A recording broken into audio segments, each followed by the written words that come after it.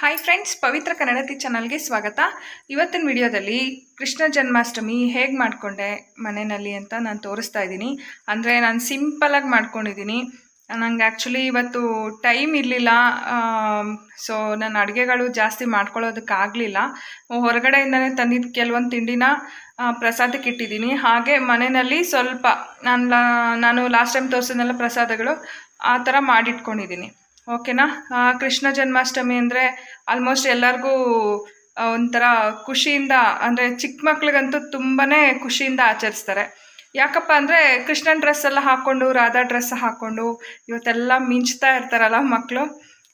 ಇವತ್ತು ಆ್ಯಕ್ಚುಲಿ ಅಮ್ಮನೂ ಇಲ್ಲ, ಮಿಂಚೂ ಇಲ್ಲ, ಇಲ್ಲಿ ಎಲ್ಲ ಊರಲ್ಲಿದ್ದಾರೆ. ನಾಳೆ ಹೋಗಿ ಅವ್ರಿಗೆ ಡ್ರೆಸ್ ಮಾಡಿ ಅನಂತರ ಈ ಬ್ಲಾಗ್ನ ಹಾಗೆ ಕಂಟಿನ್ಯೂ ಮಾಡ್ತೀನಿ. ಓಕೆನಾ. ಅನಂತರ ಬನ್ನಿ, ಇವಾಗ ಪೂಜೆ ಹೇಗೆ ಮಾಡಿದ್ದೀನಿ, ಅದಕ್ಕೆ ಪ್ರಸಾದಗಳನ್ನ ಹೇಗೆ ತಯಾರು ಮಾಡ್ಕೊಂಡಿದ್ದೀನಿ ಅಂತ ನಾನು ತೋರಿಸ್ತೀನಿ.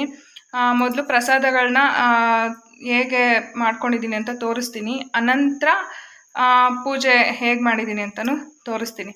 ಓಕೆನಾ. ವಿಡಿಯೋ ಇಷ್ಟ ಆದಲ್ಲಿ ಪ್ಲೀಸ್ ಲೈಕ್ ಮಾಡಿ, ಶೇರ್ ಮಾಡಿ, ಕಮೆಂಟ್ ಮಾಡಿ, ಹಾಗೆ ಸಬ್ಸ್ಕ್ರೈಬ್ ಮಾಡ್ಕೊಳ್ಳೋದನ್ನು ಮರಿಬೇಡಿ.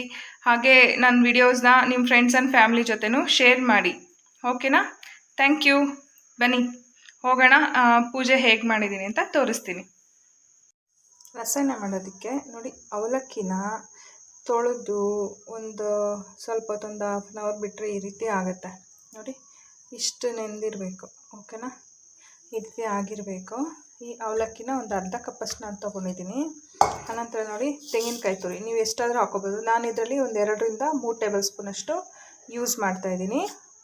ಅನಂತರ ಏಲಕ್ಕಿ ಪುಡಿ ಸ್ವಲ್ಪ ಒಂದು ಚಿಟಿಕೆ ಅಷ್ಟು ಹಾಕಿದ್ರೆ ಸಾಕಾಗುತ್ತೆ. ಫ್ಲೇವರ್ಗೋಸ್ಕರ ನಾವು ಹಾಕ್ಕೊಳ್ಳೋದಷ್ಟೇ. ಅನಂತರ ನೋಡಿ, ಬೆಲ್ಲ ಒಂದು 1/4 ಕಪ್ಪಷ್ಟಿದೆ.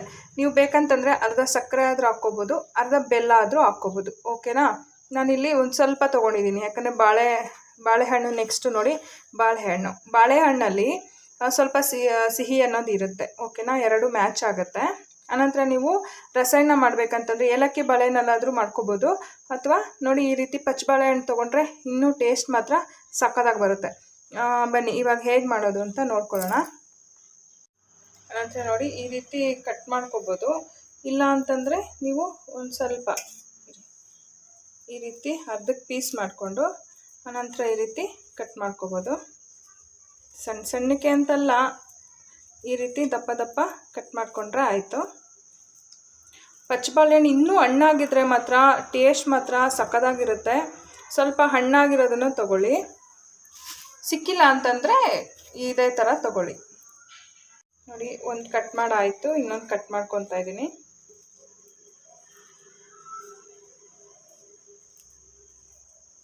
ರಸಾಯನ ಮಾತ್ರ ತುಂಬ ಇಂಪಾರ್ಟೆಂಟು. ರಸಾಯನ ಅಂತಂದರೆ ಅವಲಕ್ಕಿ ರಸಾಯನ. ಅವಲಕ್ಕಿನಲ್ಲಿ ರಸಾಯನ ಇಲ್ಲ ಅಂತಂದರೂ ಪರವಾಗಿಲ್ಲ. ನೀವು ಬೇಕಂತಂದರೆ, ನಿಮಗೆ ಇಷ್ಟ ಇಲ್ಲ ಅಂತಂದರೆ, ಹಬ್ಬದಲ್ಲಿ ನೈವೇದ್ಯ ಏನಾರ ಮಾಡಬೇಕಂತಂದರೆ ಬರೀ ಬಾಳೆಹಣ್ಣು, ಆ್ಯಪಲ್ಲು ಈ ರೀತಿ ಹಾಕಿ ನೀವು ಸಹ ರಸಾಯನ ಮಾಡ್ಕೋಬೋದು. ಹಲಸಿನ ಹಣ್ಣು ಹಾಕಿದ್ರೆ ಇನ್ನೂ ಟೇಸ್ಟ್ ಮಾತ್ರ ಸಕ್ಕತ್ತಾಗಿರುತ್ತೆ. ಬಟ್ ಇವಾಗ ಬಂದು ಕೃಷ್ಣ ಜನ್ಮಾಷ್ಟಮಿ ಅಲ್ವಾ, ಸೊ ಅದಕ್ಕೋಸ್ಕರ ನಾನು ಅವಲಕ್ಕಿ ಇಂಪಾರ್ಟೆನ್ಸ್ ಕೊಡ್ತಾಯಿದ್ದೀನಿ. ಸರಿನಾ. ಅನಂತರ ನೋಡಿ, ಒಂದು 2 ಟೇಬಲ್ ಸ್ಪೂನಷ್ಟು ಕಾಯಿ ತುರಿ ಹಾಕ್ಕೊತಾ ಇದ್ದೀನಿ. ಈ ಕಾಯಿ ತುರಿ ಎಷ್ಟಾದರೂ ಹಾಕಿ ಸಖತ್ತಾಗಿರುತ್ತೆ. ಆನಂತರ ನೋಡಿ, ಬೆಲ್ಲ ಹಾಕ್ತಾಯಿದ್ದೀನಿ. ಇನ್ನು ಸ್ವಲ್ಪ ಬೇಕಂದರೆ ನೀವು ಬೆಲ್ಲ ಆ್ಯಡ್ ಮಾಡ್ಕೋಬೋದು. ಸ್ವಲ್ಪ ಏಲಕ್ಕಿ ಪುಡಿ ಹಾಕ್ತಾಯಿದ್ದೀನಿ, ಟೇಸ್ಟ್ಗೋಸ್ಕರ ಅಷ್ಟೇ. ಇವಾಗ ಇದನ್ನು ಮಿಕ್ಸ್ ಮಾಡ್ಕೊಳ್ಳೋಣ.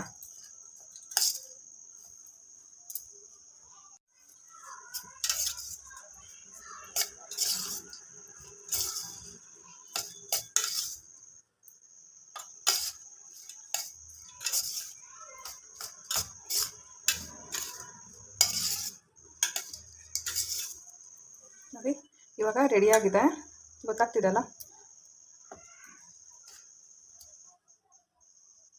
ರಸಾಯನ ರೆಡಿ. ಇವಾಗ ನೀವು ಕೇಳ್ಬೋದು, ಇದರಲ್ಲಿ ಇನ್ನು ಬೆಲ್ಲ ಎಲ್ಲ ಕರಗುತ್ತಾ, ಹಾಗೆ ಅವಲಕ್ಕಿ ಇನ್ನೂ ಸ್ವಲ್ಪ ನೆನಿಬೇಕಾ ಅಂತಂದ್ಬಿಟ್ಟು. ಅದು ಆ್ಯಕ್ಚುಲಿ ಬಾಳೆಹಣ್ಣು ಇದೆಯಲ್ಲ, ಬಾಳೆಹಣ್ಣಲ್ಲೂ ಸ್ವಲ್ಪ ನೀರಿನ ಅಂಶ ಇರುತ್ತೆ, ನಿಮ್ಗೆ ಗೊತ್ತೇ ಇರುತ್ತೆ ಆಲ್ಮೋಸ್ಟು. ಆನಂತರ ಬೆಲ್ಲ ಹಾಕಿದ್ದೀವಲ್ಲ, ಈ ಬೆಲ್ಲ ಬಂದು ಅವಲಕ್ಕಿಲಿರುವಂಥ ನೀರು ಮತ್ತು ಬಾಳೆಹಣ್ಣಲ್ಲಿ ಇರುವಂಥ ನೀರನ್ನು ಸಹ ಎಳ್ಕೊಂಡು ಸ್ವಲ್ಪ ನೀರು ಬಿಡುತ್ತೆ. ಆವಾಗ ಸರಿ ಹೋಗುತ್ತೆ. ಅಂದರೆ ತಕ್ಷಣಕ್ಕೆ ಅದು ಇಲ್ಲ ಅಂತಂದ್ರೂ ಹೋಗ್ತಾ ಅಂದರೆ ಒಂದು ಹಾಫ್ ಆನ್ ಅವರ್ ಆಗಿದ ತಕ್ಷಣ ಸರಿ ಹೋಗುತ್ತೆ. ಸರಿನಾ? ಇವಾಗ ಸರ್ವ್ ಮಾಡ್ಕೊಳ್ಳೋಣ, ಅಂದರೆ ನೈವೇದ್ಯಕ್ಕೆ ಇಡೋಣ.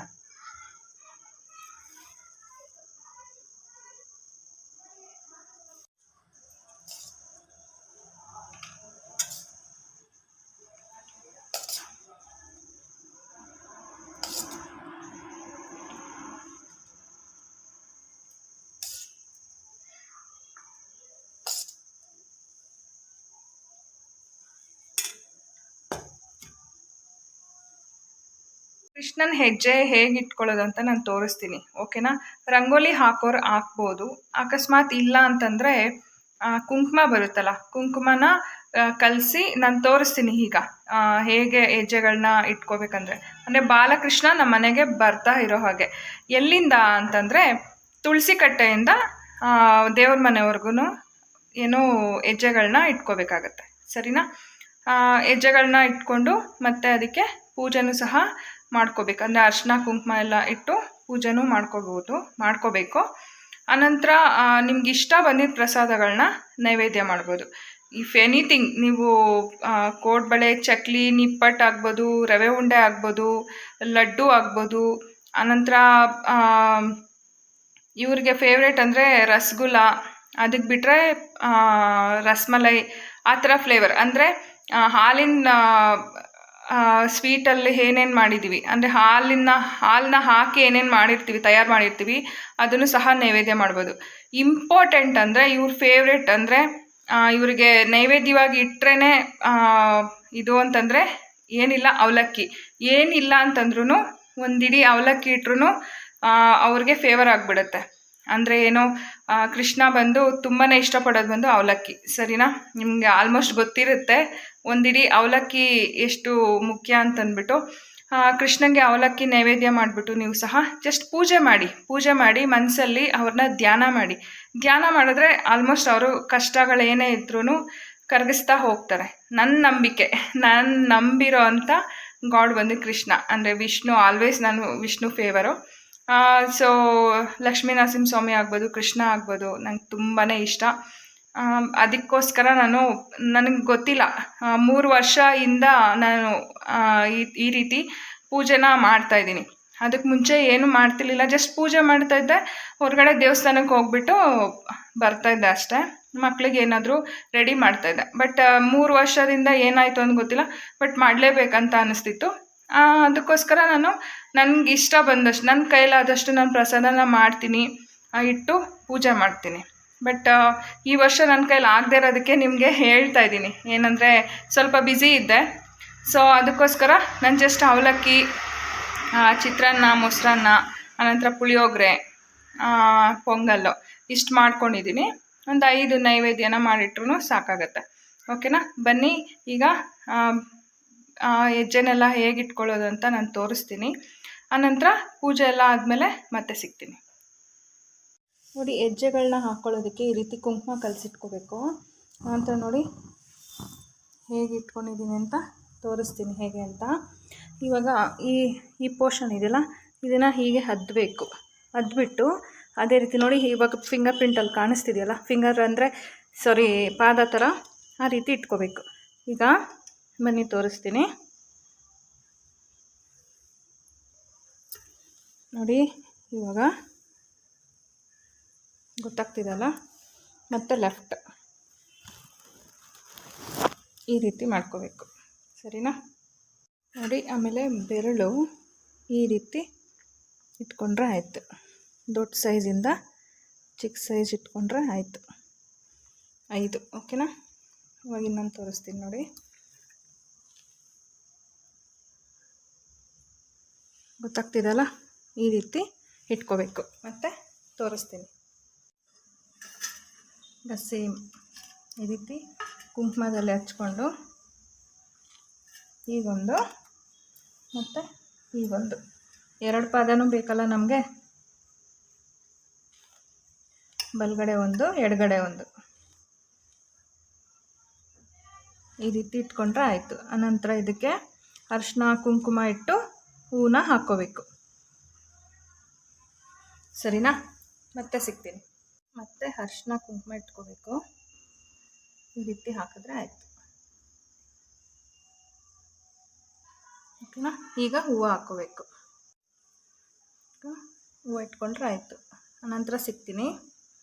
ಇವಾಗ ತಾನೇ ಪೂಜೆ ಎಲ್ಲ ಮುಗೀತು. ಇವಾಗ ತೋರಿಸ್ತೀನಿ ಹೇಗೆ ಪೂಜೆ ಮಾಡಿದ್ದೀನಿ ಅಂತಂದ್ಬಿಟ್ಟು, ಏನೇನು ಪ್ರಸಾದಗಳನ್ನ ಮಾಡ್ಕೊಂಡಿದ್ದೀನಿ ಅಂತಂದ್ಬಿಟ್ಟು. ಸರಿನಾ? ನನಗೆ ಬಂದಷ್ಟು ಮಾಡಿದ್ದೀನಿ, ನನಗೆ ಗೊತ್ತಿರೋಷ್ಟು ಮಾಡಿದ್ದೀನಿ. ಏನಾದರೂ ತಪ್ಪಿದರೆ ಕ್ಷಮಿಸಿ. ಸರಿನಾ? ಬನ್ನಿ ಇವಾಗ ಪೂಜೆ ಹೇಗೆ ಮಾಡಿದ್ದೀನಿ ತೋರಿಸ್ತೀನಿ.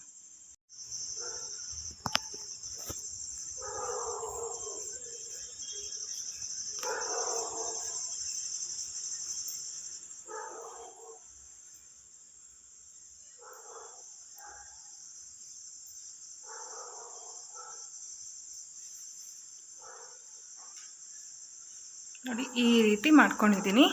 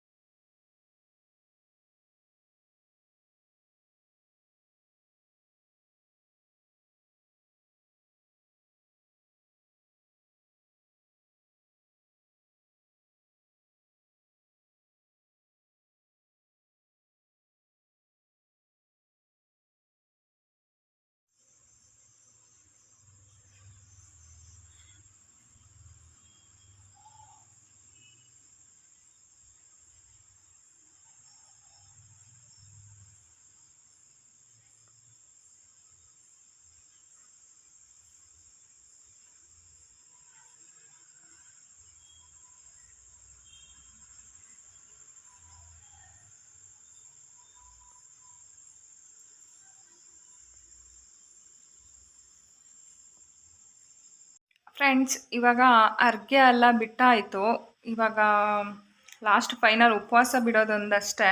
ಉಪವಾಸ ಬಂದು ನಾನು ನೆಲದಲ್ಲಿ ತಿಂತೀನಿ. ಓಕೆನಾ? ಅವಲಕ್ಕಿ ಇರುತ್ತಲ್ಲ, ಅವಲಕ್ಕಿ ಮಾಡಿರೋದ್ರಿಂದ ನೆಲದಲ್ಲಿ ಸ್ವಲ್ಪ ತೊಳೆದ್ಬಿಟ್ಟು ಅನಂತರ ನೆಲದಲ್ಲಿ ಊಟ ಮಾಡ್ತೀನಿ, ಅಂದರೆ ತುತ್ತು ತಿಂತೀನಿ. ಉಪವಾಸ ಬಂದು ಅಲ್ಲಿಗೆ ನಿಲ್ಲುತ್ತೆ, ಅಂದರೆ ಸ್ಟಾಪ್ ಮಾಡ್ತೀನಿ. ಅನಂತರ ಕಂಟಿನ್ಯೂ ಇರುತ್ತೆ. ಬೆಳಗ್ಗೆ ಮತ್ತೆ ಸ್ನಾನ ಮಾಡಿ ಪೂಜೆ ಮಾಡಿ ಅನಂತರ ದೇವ್ರಿಗೆ ನೈವೇದ್ಯ ಮಾಡಿಬಿಟ್ಟು ಅಂದರೆ ವ್ರತನ ಕಂಪ್ಲೀಟ್ ಮಾಡ್ತೀನಿ. ಇಷ್ಟೇ ಇವತ್ತಿನ ವ್ರತ. ಸರಿನಾ? ಯಾರಿಗೆಲ್ಲ ಇಷ್ಟ ಆಯಿತು ಪ್ಲೀಸ್ ಲೈಕ್ ಮಾಡಿ, ಶೇರ್ ಮಾಡಿ, ಕಮೆಂಟ್ ಮಾಡಿ, ಹಾಗೆ ಸಬ್ಸ್ಕ್ರೈಬ್ ಮಾಡ್ಕೊಳ್ಳೋದನ್ನು ಮರಿಬೇಡಿ. ಓಕೆನಾ? Thank you.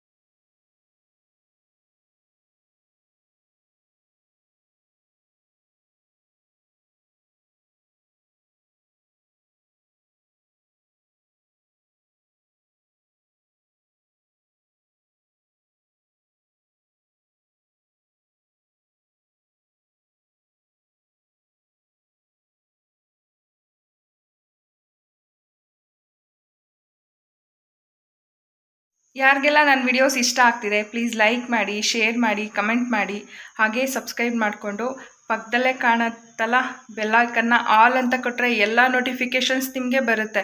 ನಾನು ಹಾಕೋಂಥ ಪ್ರತಿ ವಿಡಿಯೋನೂ ನೀವೇ ಫಸ್ಟ್ ನೋಡ್ಬೋದು. ಓಕೆನಾ? ನನ್ನ ವಿಡಿಯೋಸ್ನ ನಿಮ್ಮ ಫ್ರೆಂಡ್ಸ್ ಆ್ಯಂಡ್ ಫ್ಯಾಮಿಲಿ ಜೊತೆನೂ ಶೇರ್ ಮಾಡಿ. ಓಕೆನಾ? Thank you.